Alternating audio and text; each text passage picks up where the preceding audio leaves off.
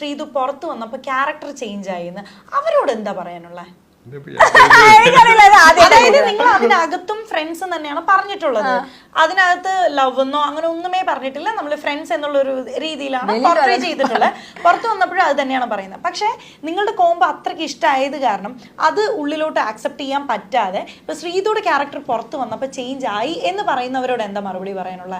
ചിലപ്പോ ഈ ബോണ്ട് വന്നിട്ട് തെറ്റിദ്ധരിപ്പിക്കാൻ ഓക്കെ ഓക്കെ